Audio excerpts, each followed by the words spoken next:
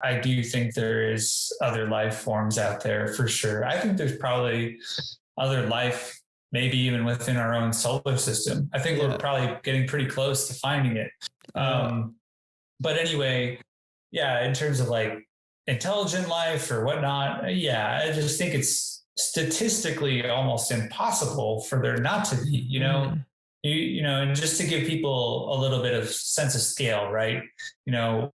The sun is a star. It is one star. In our galaxy alone, the Milky Way, there's 100 billion stars. So just that, thinking about our own galaxy is probably life out there somewhere. But then you basically have to do 100 billion squared upon itself because there's over 100 billion galaxies too. So that number just becomes unbelievable, unfathomably big.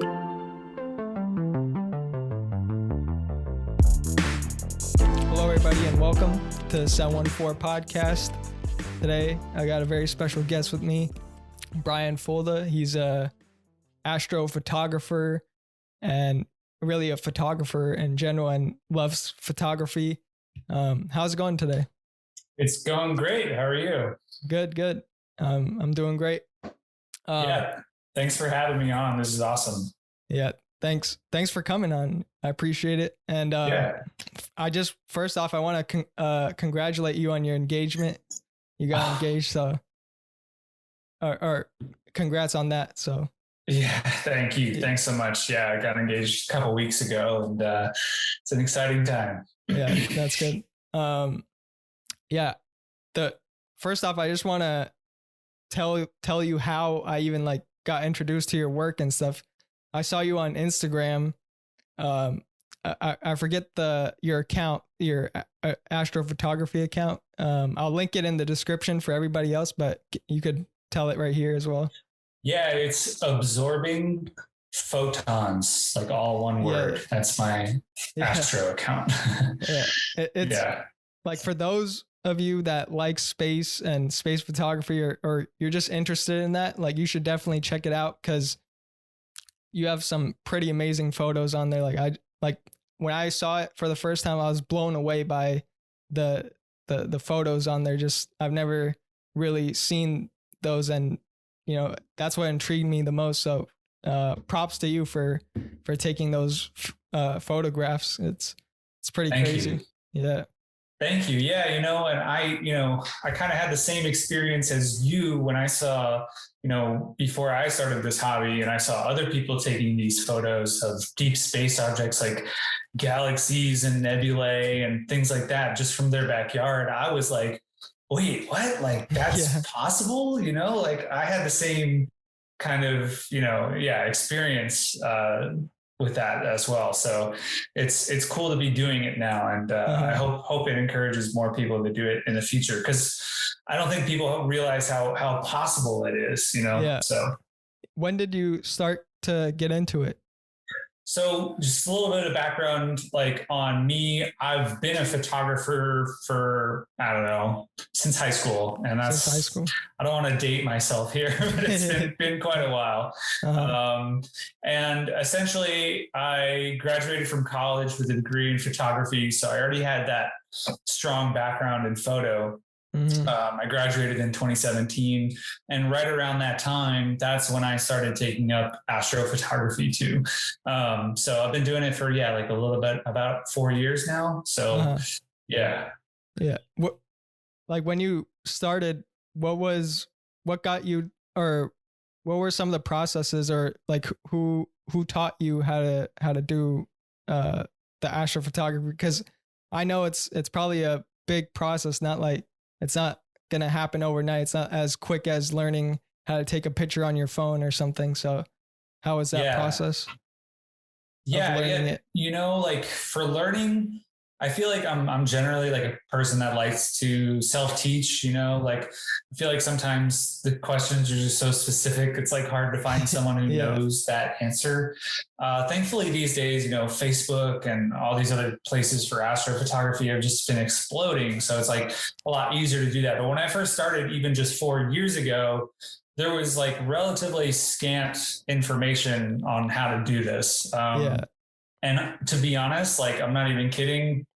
I researched like what telescope to buy and like all the things that I would need to get started for literally like 6 months. Like, I was on the internet like every day for like an hour or two, just trying to like figure out like, okay, what is the right telescope for me? What's the right camera for me? You know, all these things. And it was really overwhelming. And essentially it's kind of come full circle for me in that I now work for a telescope company full time, and I'm trying to help teach newcomers to the hobby, you know, all the troubles that I went through, and try to make it easier for them so they can start astrophotography on their own without so much of a hassle. So. Yeah, that's good to hear, because like by the looks of it, it looks pretty daunting at first when you want to try to get into it, but yeah, it's crazy. And I want, like, can you go over like the processes real quick, like of where you go to and why, and also the setup procedure really? Yeah, absolutely. So the goal of, you know, what I'm trying to do is called deep sky astrophotography. There's kind of two main categories of astrophotography. There's like planetary and solar systems. So that's like anything within our solar system. So that includes photographing the other planets, the moon, or even the sun. Yeah. Some people I know have even taken pictures of the International Space Station, like passing in front of the sun and stuff like that. Insane. But I'm kind of on the other camp of deep sky, where I like to photograph galaxies and nebulae and star clusters and other things that are outside of our solar system. So in order to do that, a lot of those objects are very, very faint, very super faint, so that like you really have to kind of push cameras well beyond their like recommended limits, I guess, to really even get an image. So, you know, if you're a photographer, you may know that like if you're trying to take a photo of the Milky Way, you're going to be exposing at least for like, I don't know, 15 to 30 seconds or something like that, in that ballpark. Yeah. And that'll get you a good photo of the Milky Way galaxy. If you're talking about some of the things that I like to photograph, it's on the total exposure time of hours. Oh, wow. To be able to capture some of the details that we do. So that means like the camera has to just sit there for hours, like in one position? Pretty much. So the idea is that a lot of cameras can't really expose for more than, I don't know, 10, 20, 30 minutes before it starts to kind of lose quality. So what you really want to be doing is you take a number of long exposures, say, you know, a few dozen or even a few hundred long exposures of anywhere from like a minute to 5 minutes or even 10 minutes each. Okay. And then you take all of those photos and then stack them on top of each other in software after the fact. So by doing that, it really reduces the noise and increases the overall detail. And that's what I mean when we're like exposing for hours. It's we're really shooting for a few minutes at a time, but just stacking a bunch of those photos on top of each other. Oh, okay. Yeah. And then as for like the actual process, so essentially what it is you may have, you know, be familiar if you've ever tried to take a photo of the Milky Way, that if you expose your camera for too long, the stars start to create lines in your image. And that's due to the Earth's rotation, right? Yeah. So the Earth is rotating all the time, 24/7. And when it's doing that, if you have your camera on a tripod that's moving with the Earth, the stars of space are going to appear as lines over a really long exposure. So the way we get around that is we use something called an equatorial mount in astrophotography. And essentially, in a nutshell, what this mount does is it moves in the same direction, or it moves at the same speed, but opposite to the Earth's rotation. So it cancels out that movement of the stars. And therefore, when your camera and the telescope or lens is pointed at a particular galaxy, for example, it can expose for a long time without any stars streaking or blurring through the image. So that's how we're able to do that. Is that necessary for the other astrophotography you mentioned of just like the moon and also like the sun and stuff like that, or only for deep space photography? That's a great question, and you're onto something there. Yeah, you don't need to use a equatorial mount for lunar, like of the moon, or planetary of the planets, or solar of the sun astrophotography. Just because they're all so bright that you can get away with using really short exposures, like I don't know, 1/100th of a second, if not faster for some of the objects. So yeah, thankfully you don't need to expose for as long. You don't need to account for the Earth's rotation and all that. It's a lot easier doing planetary, I think. In a sense, it's also difficult in that regard too, but I don't know. Where do you think is the best place to capture deep space photography? Like, where do you look for, and when you're trying to go out and to capture these images, where do you go to? Yeah, so I love camping and I love like exploring. Knock on wood, I have a good vehicle that can take me off road to a small extent. So for me, I was like, oh, this is the perfect combination. I can combine my, enjoyment of camping and being outdoors and nature with astrophotography. And so I like to drive out to basically the middle of nowhere. Like sometimes I'll drive out to like the desert, near Joshua Tree or somewhere like that. And just use that place, which is already beautiful, and kind of set up camp and then, enjoy the nature it has to offer during the day. And then at nighttime, obviously in those kinds of places that are remote, it's going to be a lot darker skies, right? So the whole goal of astrophotography, or one of our biggest nemesis is light pollution. So it's hard to do astrophotography from within a city or from even like the suburbs, for example. It's not to say it's not possible. It definitely is. It's just harder. It's just a lot harder. Yeah. And for me, since I already love being out in the middle of nowhere, I know not everyone enjoys that. So I was just lucky in that regard. I like to go out to the middle of the desert, but I would just also like to add, nowadays, there are a ton of great filters that you can put in front of your camera that will basically block out most of the light pollution you're experiencing. So I have friends who have shot from, no joke, from Times Square in New York City. And they block out all the light pollution in Times Square, and they're able to photograph galaxies and nebulae from Times Square. So it just goes to show, if you have a little bit of extra financial, assets, I guess you can spend a little more and get a good filter that lets you do that. So okay, the light pollution. I personally, I live in the suburbs area, and it's kind of, there's a lot of lights here. So usually at night, you don't really see too many stars, but like you mentioned, sometimes I've gone, or these national parks, you could go there and they really don't have too many other areas of cities or lights, and you could see the stars like just for what it is. I mean, I think a lot of people, especially in urban areas, have like forgotten like what the sky really is. They just like move past that day to day. They don't really look up and see the stars sometimes. And, just it's beautiful to just look at.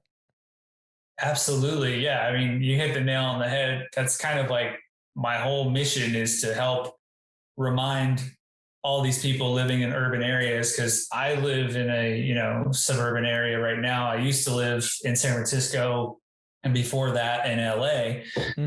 So I know what it's like living in a huge city, and you're like, you go up and you see, maybe if you're lucky, you'll see 5 to 10 stars on a good night. Yeah. And, mostly just see planes. It might be a plane flying over. Yeah, exactly. But you also mentioned a really good point. National parks in particular are usually really good places to go. They're almost always dark, so that helps. I would like to just bring up something too. There's now really good light pollution maps online. If you just type in light pollution map into Google, you can easily find like a map, and it'll show you, oh, here's all the bright city areas, but if you want to go somewhere dark, it's over here. And I don't think a lot of people realize it, but most people usually have access to relatively dark skies within an hour or maybe 2 hours drive of where they live. So I encourage everyone to go take a look at a light pollution map and check it out. Yeah, that's definitely interesting. And speaking of national parks, I know you're a big fanatic on national parks. I am. What park to you is your favorite, or do you not have a favorite? Or I do have a favorite. Yeah. I think my favorite is probably Grand Teton National Park in Wyoming. If you've ever been, you'll know why it's so special. But for those who haven't, basically, there's two main national parks in Wyoming. There's Yellowstone, which is the obvious big one that everyone knows. And then there's Grand Teton. And Grand Teton, don't get me wrong, still gets a lot of visitors, but just not nearly as many as Yellowstone. So for me, like I'd gone on a road trip through Wyoming and gone to Yellowstone, and I was like, oh my God, this place it's beautiful, but it's like Disneyland here, man. It's crazy. Like so many people all the time. Like you can never like get a view of nature to yourself. And that's like what the reason I love going out to national parks is kind of that solitude in nature. So I went to Grand Teton, and there's just like incredible free campsites that overlook the Teton Range of mountains. And the Teton Range is just incredible. I mean, it goes from absolute flat valley floor to like 8,000 feet up mountains. And it's just insane. It's super beautiful. So that and Yosemite is also really close to my heart. So I personally been to a few national parks, Zion and California, a few national parks. And actually recently I went to one in Virginia. I think it's Shenandoah National Park. That's some. I love national parks in general, because usually, when I'm like in the day-to-day life, you're just focused on what you need to do and working and doing this and that. But when you take a step outside and go into these parks, you kind of feel like a weight has been lifted off your shoulder, and you could just like enjoy like life, it's a better feeling to just enjoy just nature around you and just be with family and friends and have a good time and just experience nature for what it is. That's pretty much like the best part of the national parks, is just to witness it right there. 100%. Yeah. I mean, I totally agree. You hit the nail on the head for why I love the national parks too. And I guess just building on that further, that's also why I love stargazing and astronomy, is just because it takes me away from the stresses of daily life. I'm out there, and even if you're just looking, if you're lucky to have a telescope or binoculars to look through, great. But even if you're just looking at the stars, I'm sure we've all felt at one point or another, like, wow, like there's just infinite so much other worlds out there. And it just kind of makes you feel like, wow, like those little things that I'm stressing about in my life, like this essay I have to write, or like the bills I have to pay or whatever it is, like that's stressing you out at that moment. It all kind of seems insignificant on the grand scheme of the cosmos, or even grand scheme of nature. So you summed it up in terms of, why I love those two things so much. So. It's crazy when you really think about it. Sometimes I listen to Neil deGrasse Tyson. I don't know if you know who that is, but he's an astrophysicist, and he was on Joe Rogan's podcast, and he was talking about like there's so much out there and it's constantly expanding, and there's the entire space and we're just this one part. Like we're so minuscule, and it puts things into perspective. Like, wow, this is a great universe that we live in, and we're actually like conscious of that we live in that universe, you know, unlike any other animal really. So it's crazy that we could experience it. And I also want to get back to the astrophotography for a second. Sure. In the editing process, you mentioned like stacking. What other processes do you have to do to make it like stand out? Because I'm not sure if the image that you post like on Instagram has the colors. Is the color already the color that you photograph, or do you add color or saturation to it to make it pop out even more? Yeah, no, that's a great question. You know, a lot of people ask, you know, are those colors real? Does it really look like that? And, you know, the answer is most of the time, it's hard to say. Sometimes yes, sometimes no. Like, for example, the Hubble Space Telescope, most of the photos that you see taken from the Hubble, they use a series of filters, and they use that for scientific reasons, but basically it creates what's called a false color image. So they're basically mapping what's normally red to be like blue, and then what's normally green to be like red, and things like that. So it comes out looking, you know, the colors don't really look as true to life as they are. For me, I do try to, like, I keep the natural colors the way they are. But if I were to leave everything like untouched in terms of like saturation and brightness and everything like that, it would look pretty underwhelming as an image, in my opinion. So I try to boost those natural details without getting so far gone that it's unrealistic.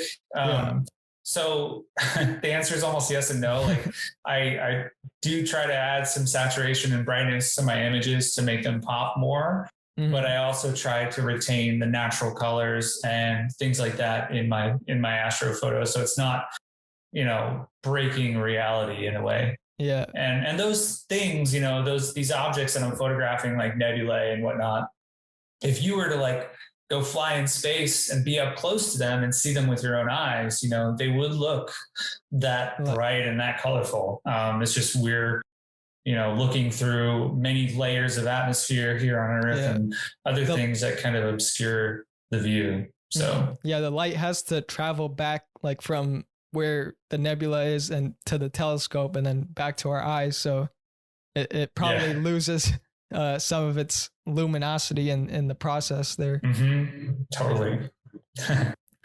So and I guess just so I'll if it's okay, I'll just run through quickly like what the process of post-processing is for astrophotography, because I think a lot of people might be interested in that too. So essentially I was saying before, you know, the idea is you want to take multiple exposures so that you're able to stack them all on top of each other. And what that does is that reduces the noise in the image. You know, if you ever took a night photo, even on just your phone, you'll notice that it's really grainy most of the time because there's not a lot of light going on. Well, that is like amplified to like times 100 when you're talking about deep sky objects like galaxies. So you pretty much need to do this image stacking to get a good result. And then what we do from there is you get the stacked image, which is spit out from software. Like there's a software called Deep Sky Stacker. It's a really common one. And that can generate a stacked image. And then from there, you take that into Photoshop or some other photo editing application. And the stacked image almost always comes out completely black.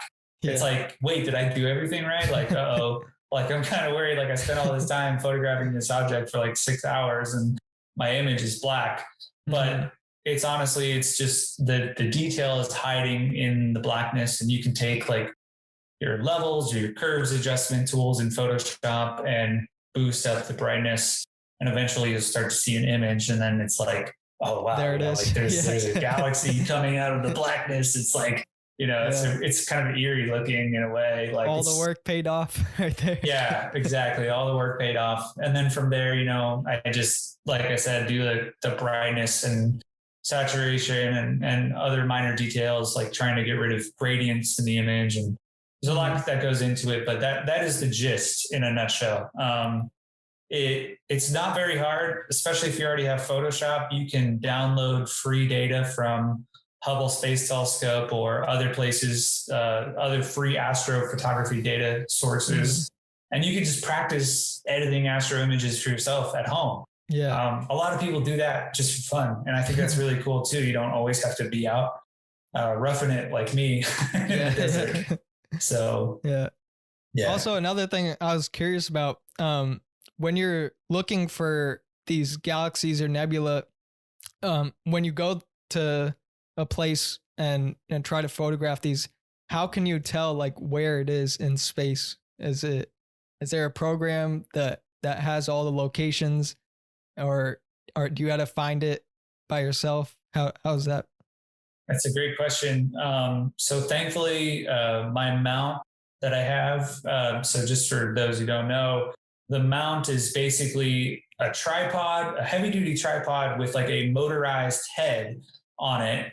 And then my telescope and camera sits on top of that. But the mount, that's the piece of equipment that tracks the Earth's rotation, right? So that has motors built in and it's electronic and everything. So fortunately, once I get it all calibrated and polar aligned and all these things, what I do is there's like a little remote control that comes with the mount, and you just say, go to the Orion Nebula, and you hit enter, and then your whole telescope and mount goes and it like starts pointing and slewing over towards the target. And most of the time it points right at it, which thankfully is really nice, because a lot of these objects, I would say like 95% of these objects you can't see with your naked eye. So you really have to kind of guess. You're like, I'm often like looking at the stars around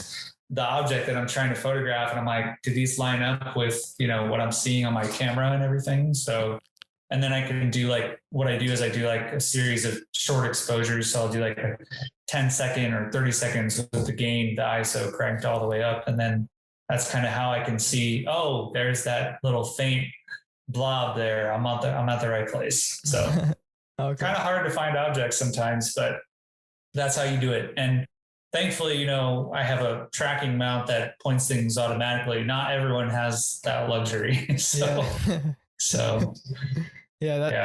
good that it has that, because if you're, and I think it's because like other people have photographed it before, so they programmed it in there, so it's better, and it's a time saving thing, luxury basically to have that. So yeah, definitely. It's kind of essential when you're shooting at, like, the longer the focal length of your telescope or camera lens, the smaller of a straw you're looking through at the sky, right? So you have to really use a go-to equatorial mount in that case, which is what I was talking about. So And when you photographed a particular object in space, are you trying to focus on it specifically, or are you trying to take a broad image and then in post-processing like zoom into that image, or how does that work?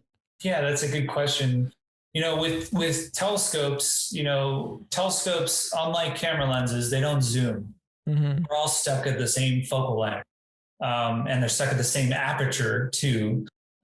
So if you're using a camera lens, you have the luxury of being able to like, I just want to zoom in on this one particular spot. But with the telescope, you're like, what you see is what you get, So generally I normally do a good amount of cropping, but sometimes I think half the battle of taking astrophotography images and planning your session is something called framing. And that's really what you're just talking about, is like, okay, like, am I intending to crop in a bit here and just get this galaxy close up? Or am I hoping to do a pulled back kind of wide field of view and capture everything that my telescope is seeing, but like arrange it or compose it in a way that I'm capturing maybe multiple objects in the same field of view. So like my most recent image I just posted the other day is a galaxy chain. So it's a chain of all these different galaxies. And there's a ton of them in a row. It's crazy. Like, like I never thought I would be saying like, oh yeah, I just captured like 100 galaxies in this photograph, but here I am. And anyway, so for that, image, it was beneficial to stay wide and use the telescope's whole field of view to capture all of the galaxies I could, versus just zooming in on one. Because I think it's really cool to just see them all strung together. Yeah, that's crazy. 100 galaxies in one picture. That's wild. Yeah, I know. It's surreal. But yeah, those are the things that are possible with astrophotography. Yeah. Do you think, this like kind of off topic here, but do you think there's alien life out there with knowing that there's this many galaxies and this big of a universe? If I had a nickel for every time I heard that question. To answer your question, yes, I do think there is other life forms out there for sure. I think there's probably other life maybe even within our own solar system. I think we're probably getting pretty close to finding it. But anyway, in terms of like intelligent life or whatnot, I just think it's statistically almost impossible for there not to be, and just to give people a little bit of sense of scale, right? The sun is a star. It is one star. In our galaxy alone, in our galaxy, the Milky Way, there's 100 billion stars. So just that, thinking about our own galaxy is probably life out there somewhere. But then you basically have to do 100 billion squared upon itself because there's over 100 billion galaxies too. So that number just becomes unbelievable, unfathomably big. And, all of a sudden it's getting way beyond anybody's comprehension. So just the simple thought of that, and how many stars are out there. And, I'd just like to point out too, like scientists have been finding exoplanets, which are planets that orbit other stars. And with how many they've been finding, they now estimate that every star has at least one planet.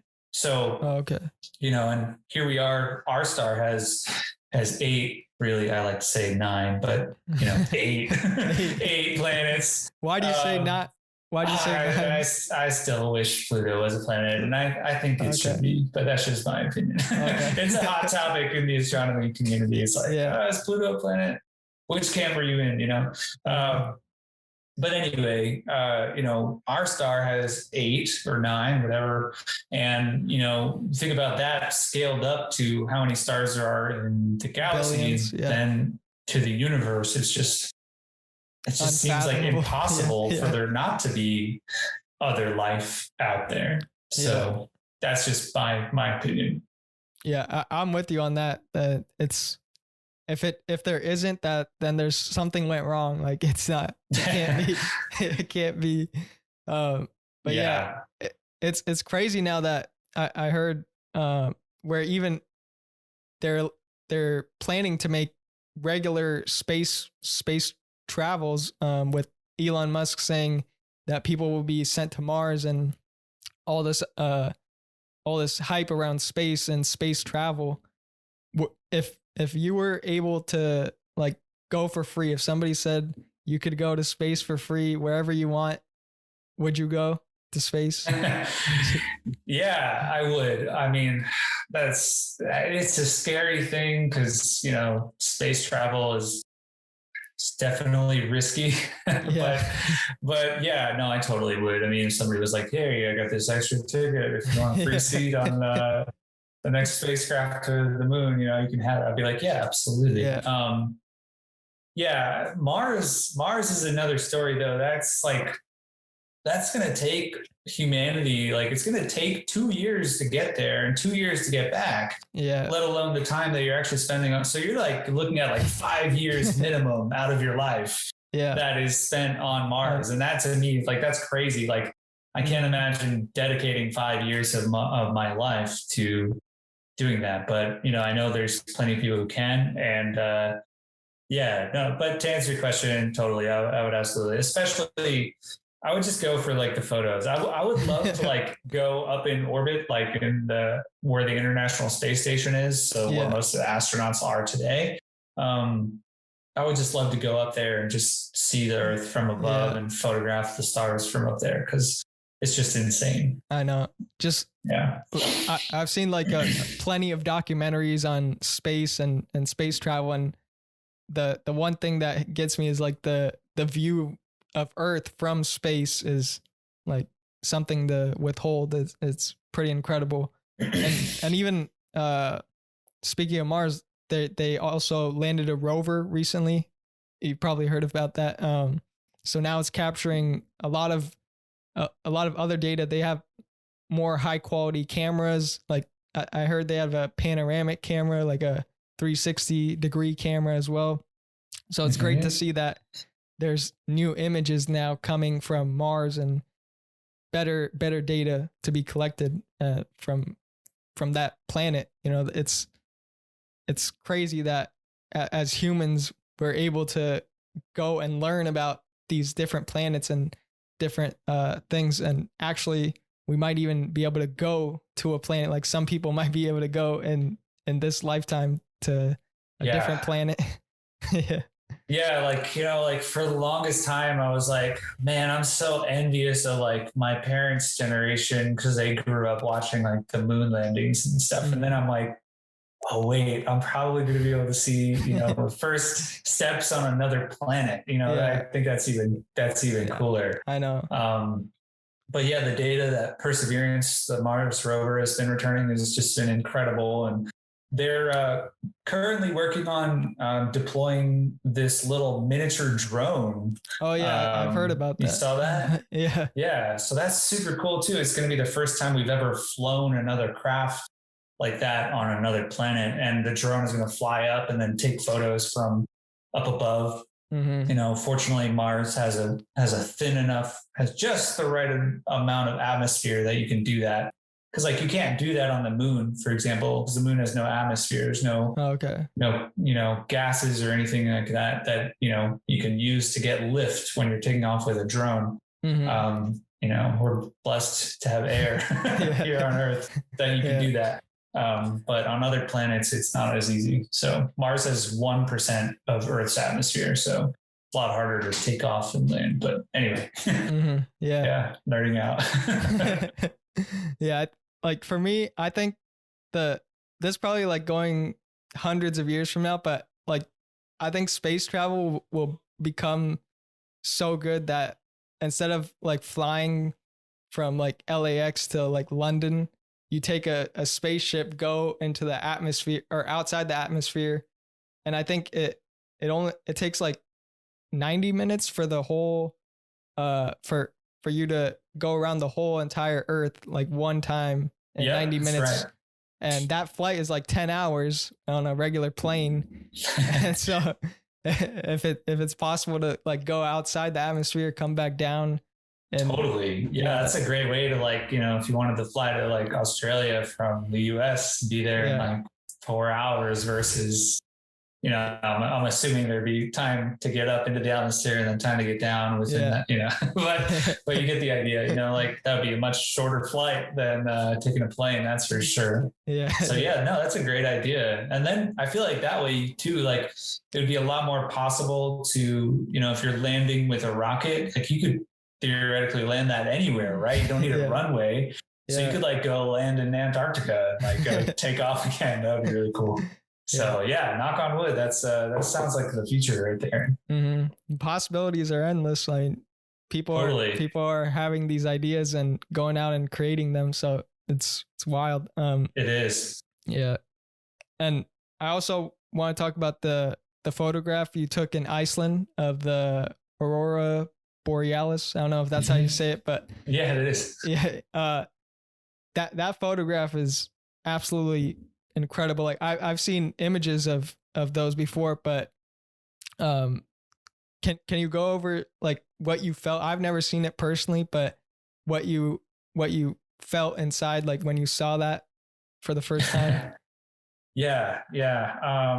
The Aurora, oh man, that was such an incredible experience. I was out there in Iceland with my girlfriend, now my fiance, and we were out there for some work related stuff, believe it or not, because I was photographing some assignments out there. But anyway, we were out there for a week, and on like the second night, I was assigned, I was shooting tours. That was what I was doing out there. So I was photographing tours for TripAdvisor. And on the second night, I went out on this, we both went out on this tour.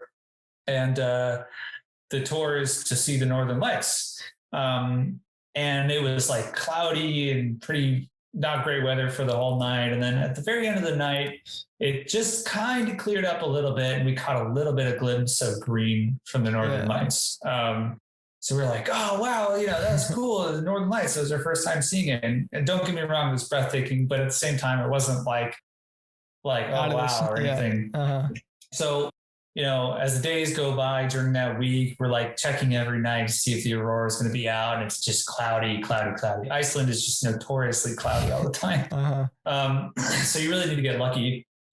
And then on top of that, you don't also only need it to be clear, but you need the Aurora to be strong that particular night. Yeah. So for whatever reason, I can still consider it like the luckiest thing I've ever seen. Is the stars aligned literally, and it was clear, and they were calling for a really strong Aurora on our last night in Iceland. I kid you not. It was like scripted or something. Yeah.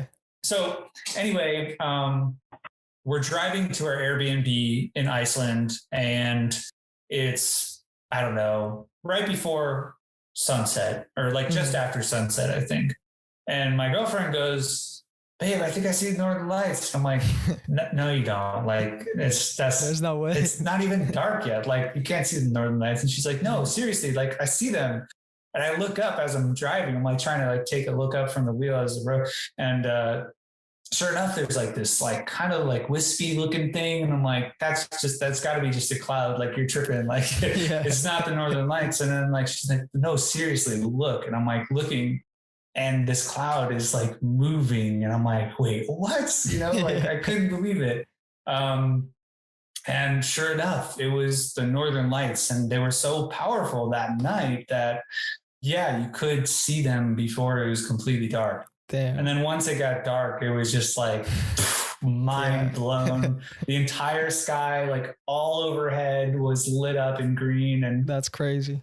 The coolest thing about the Aurora that I don't think photographs ever really encapsulate is it's dancing and moving constantly, many times per second. It's I don't know, like the ocean, it's just constantly in motion.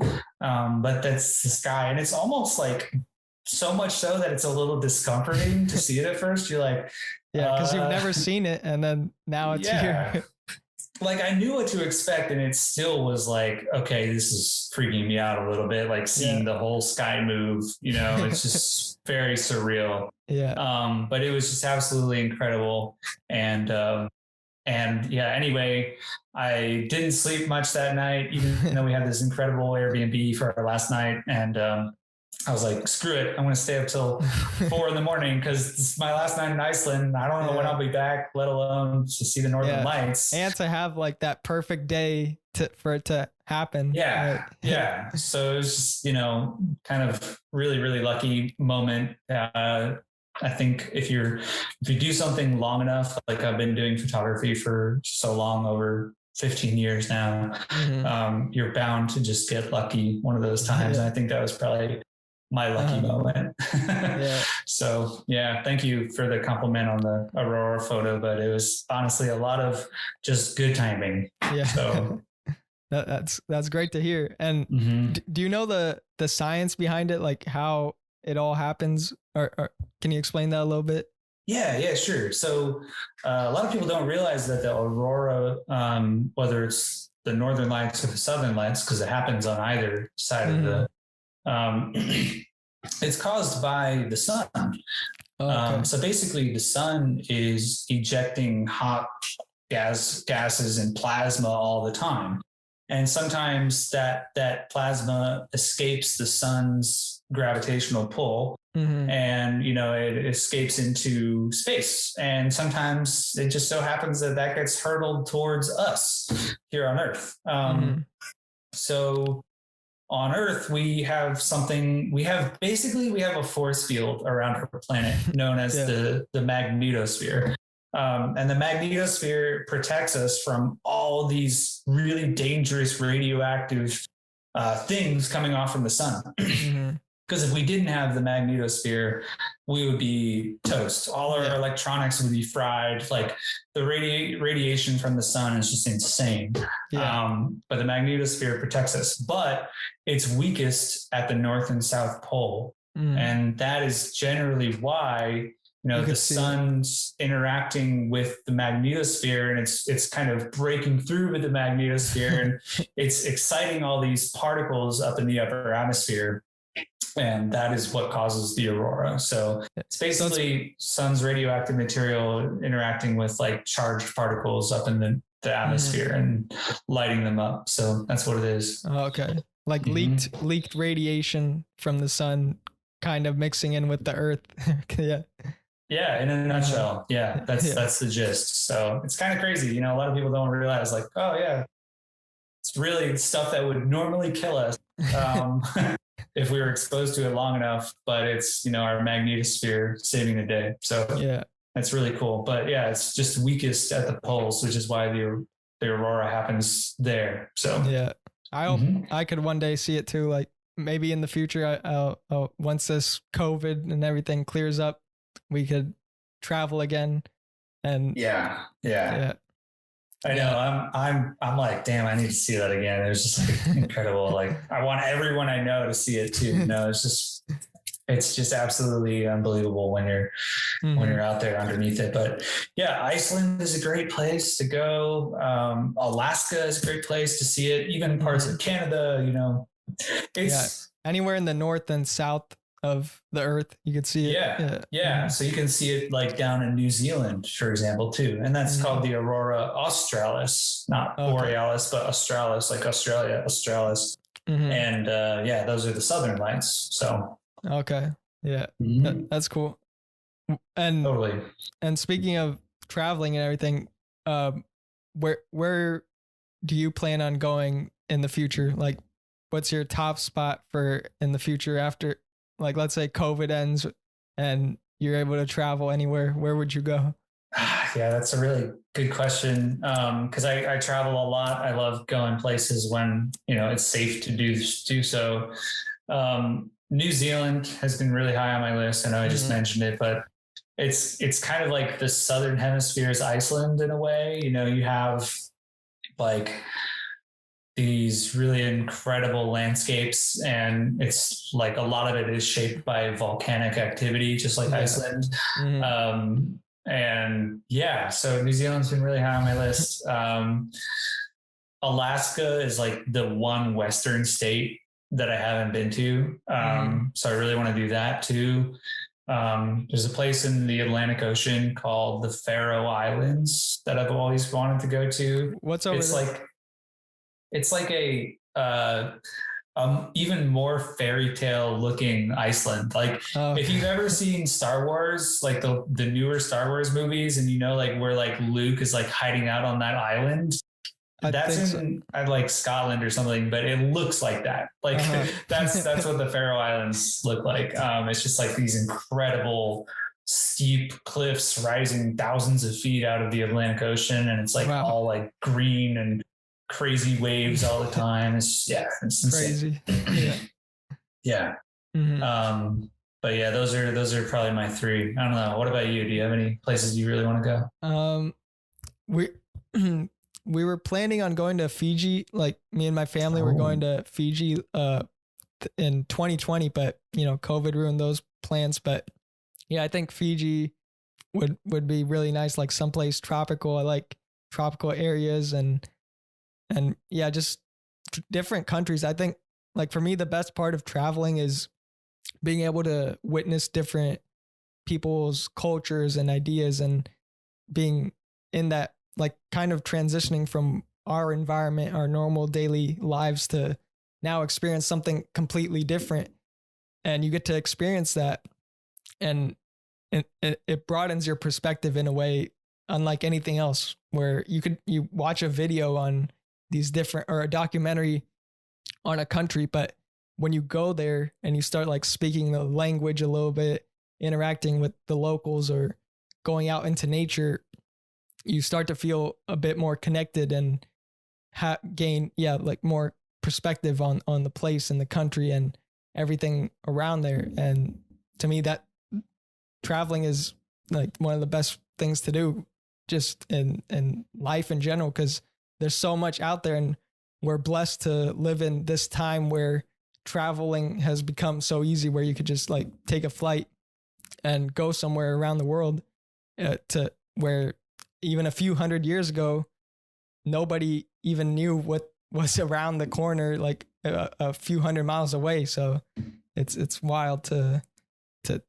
think that, and also gain the perspective of these different places. It's incredible. Yeah, absolutely. And then also, like, you come home and it gives you a new perspective on home too, right? Yeah. You're like, oh wow, I'm so lucky to have these stores and things available to me, or whatever, like it is, like your favorite burger spot or whatever. But also just like, how people are and everything like that. Yeah, it's just amazing. I think somebody said it best. There was this quote that I forget who said it, but it's like, travel is the one thing you buy that makes you richer. And I feel like that's so true. Like, it just, the cultural experiences you get from traveling, especially to other countries in particular, is just, it's invaluable. And if you are able to do so, which I know not everyone is privileged enough to have that opportunity.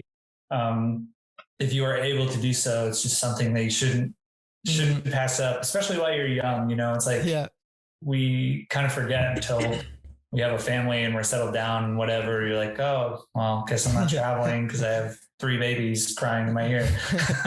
But, like while you're young, take advantage, do what you can. So. Yeah, that's great advice. And I think that's a good way to wrap it up. Thank you for taking the time to doing this and sharing the knowledge that you have. It was a really great conversation. I appreciate it. Yeah, no, thank you so much for having me on. This was just a lot of fun, and thanks again. Yeah. And I'm going to make sure to leave your Instagram in the description. So if you want to check out his website or his Instagram photos, make sure to give him a follow. And yeah, it's been a pleasure, man. Thank you. Thank you. Yeah. And I just like to quickly add to that. If anybody out there listening is interested in getting into astronomy or astrophotography, there's truly nothing I love more in the world than getting people, getting them up to speed and teaching them about the hobby and how they can do it for themselves, or just, even if it's just like, how do I find a dark sky place near me? Shoot me a message and I'm happy to help. So just want to put that out there. All right. Yeah. Thank you everybody for listening. We'll wrap it up there. Bye.